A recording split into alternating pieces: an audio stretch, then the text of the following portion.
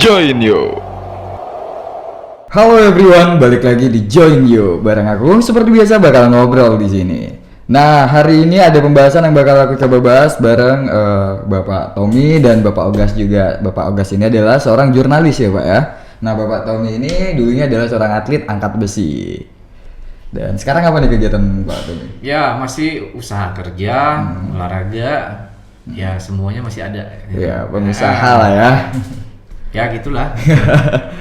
Nah, jadi gini Pak, hari ini Dimas mau membahas hal-hal yang sudah pernah dibahas, cuma pingin mendapat jawaban atau mungkin punya ide atau mungkin punya pemikiran lain dari seorang pengusaha, dari seorang jurnalis.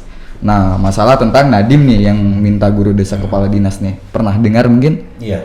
Nah, jadi kan dia pernah mendesak untuk pendidikan segera gelar belajar tatap muka, gitu kan? Nah, sejak dimulainya tahun ajaran 2021 dan 2022, Nadiem terus menggencarkan pembelajaran tatap muka di berbagai daerah dalam sejumlah kesempatan, gitu kan. Nadiem mengatakan banyak riset nih menunjukkan bahwa di situasi bencana yang mengharuskan pembelajaran jarak jauh atau PJJ, ada efek negatif terhadap anak, bahkan efek ini bisa terus berkepanjangan jika tak ada tindakan yang diambil. Nah, bagaimana menurut Pak Ogas seorang jurnalis nih untuk menanggapi Ya itu? sebetulnya pelajaran jarak jauh atau online ini itu sebetulnya ada beberapa permasalahan yang muncul. Ya. Yang pertama itu pembelajaran tidak maksimal, karena tidak semua orang tua bisa mengajar. Ya. Karena tingkat pendidikan orang tua ini kan tidak sama. Ada yang cuma tamat SD, SMP, SMA dan kuliah. Walaupun dia memiliki pendidikan tinggi, ya, kuliah, belum tentu dia bisa mengajar. Ya. Karena mereka ya mungkin dia kuliahnya tidak masalah kependidikan, tapi ada juga orang tua yang bisa mengajar ya, walaupun dia bukan sarjana pendidikan. Jadi itu yang ketiga, ini anak-anak terlena dengan HP-nya, Ya, gadget ya. gadgetnya. Kenapa? Mereka bukan belajar, tapi mereka banyak bermain game. Iya. Ya, apalagi sekarang kan kita tahu banyak game-game online, game apa. Itu malah menambah pengeluaran ya. Ya, pengeluaran. Mereka beli koinnya, beli mutiaranya, Diamond lah gitu. diamond lah kan. Nah. Mbak itu semakin membuat anak-anak tidak fokus untuk belajar. Jadi misalnya anak-anak sekarang udah kelas 6 misalnya, itu pelajaran kelas 4 belum tuntas mereka. Karena ketidakpasan cara mengajar, kemudian tidak tepatnya pemberian pelajaran. Karena mereka kan harus seharusnya kan ini khususnya SD ya. Iya. Mereka kan belum bisa untuk belajar sendiri itu. Mereka harus dibimbing. Pembimbingan ini kalau guru paling setengah jam dalam sehari di HP itu memberikan ini. Dan tidak semua guru juga seperti itu. Karena dia cukup tugas hari ini nih di WA kan saja tanpa mereka Zoom atau apa. Mereka akhirnya pelajaran itu kan tidak nyampe ke anak-anak sesuai kurikulum yang ada. Itu makanya Menteri Pendidikan dan Kebudayaan menghimbau pada dinas di daerah untuk menggelar tatap muka. Tatap muka ya. Nah, ini boleh saya tambahkan, ini imbauan ini kepada negeri atau swasta nih? Semuanya. Semuanya. Nah, yang bandel ini sekarang siapa nih? Padahal kan sekolah-sekolahnya kan. Nah, mereka terlalu takut dengan ya bencana kita ini ya, bencana luas ini. Sebetulnya kan kementerian ini kan tidak mencakup sekolah negeri saja. Sekolah swasta kan izin dari Ya, menteri dinas juga gitu. Dinas juga. Jadi itu semuanya harus berjalan. Jadi gini, saya melihat ini kan dari pemerintah pusat ini menjalankan vaksin ini melalui pihak kepolisian, boleh dibilang, supaya apa? Tidak intervensi politis. Kenapa Nadiem ini tidak melalui jalur yang tidak ada jabatan politis, yaitu dinas, misalkan melalui satu pintu ini dari tentara atau dari polisi ini harus dijalankan. Jadi dinas itu tinggal mengikuti. Seperti vaksin ini mau nggak mau ini tidak ada bisa bilang ya dan tidak. Pokoknya yang tidak mau jalankan nggak bisa diproses administrasinya. Nah, Itu dia. Ada pandangan nggak tersendiri ini supaya di gas ini pemerintah ini kan dia boleh fleksibel kebijakannya, itu dia boleh A, boleh B, boleh C. Ya sebetulnya untuk dinas-dinas kan kemarin awal-awalnya kan sudah melakukan gitu kan. Ya.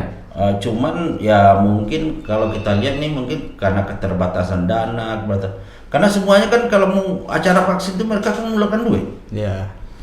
Apalagi sekarang dana APBD atau apa kan itu udah sangat memprihatinkan ya. Makanya mereka fokus kepada kepolisian, karena kepolisian menurut mereka bisa mengayomi masyarakat, ya bisa menarik masyarakat. Tapi kalau untuk di lingkungan apa kan mereka sudah melaksanakannya kemarin itu awal-awalnya ya. Baik dari dinasnya, baik dari sekolah-sekolahnya udah dianjurkan gitu kan.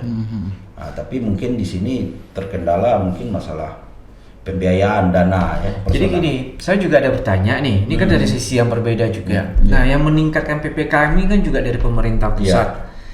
Level 3 katanya Indonesia dengan situasi level 3. Jadi orang ada satu trauma di mana itu level 3 itu adalah level yang memang level yang membahayakan.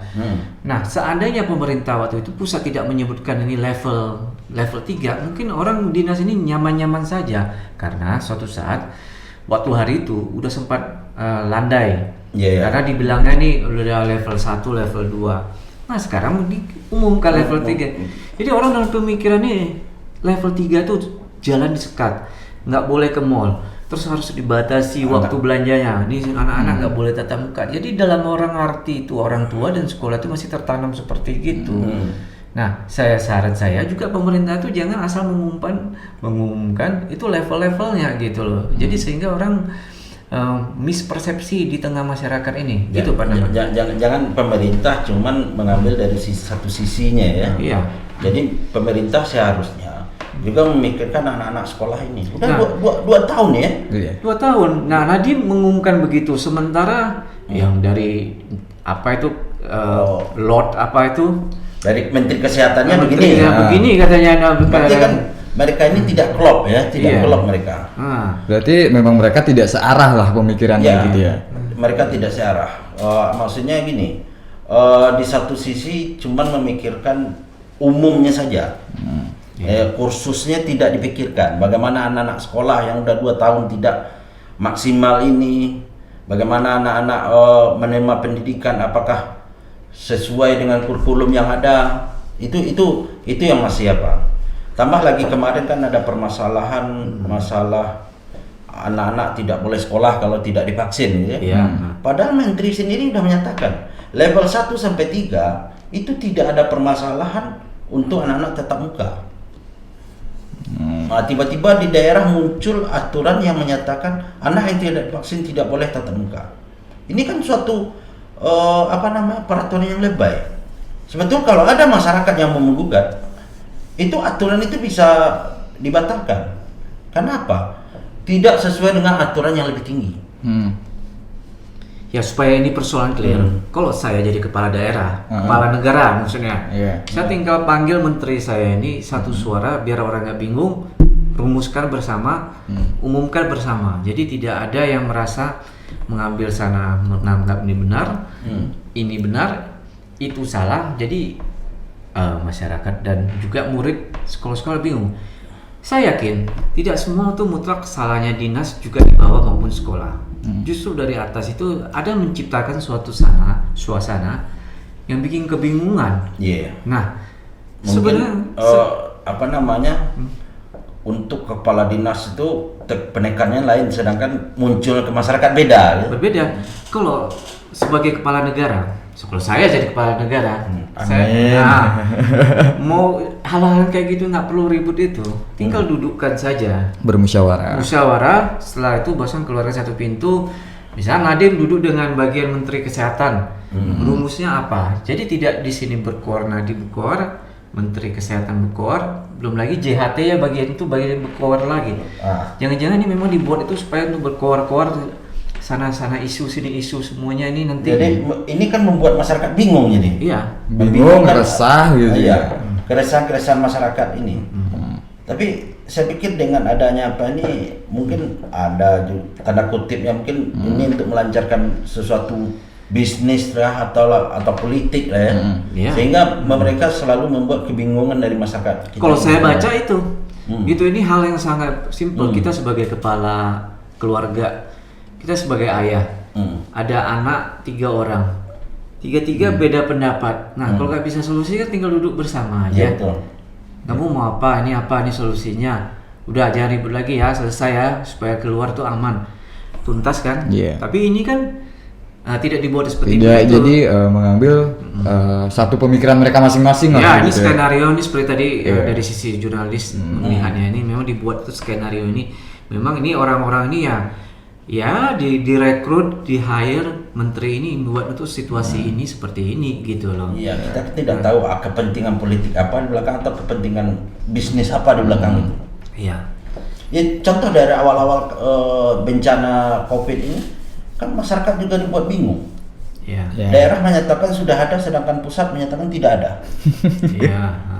Masih simpang siur lah simpang siur kasus apanya.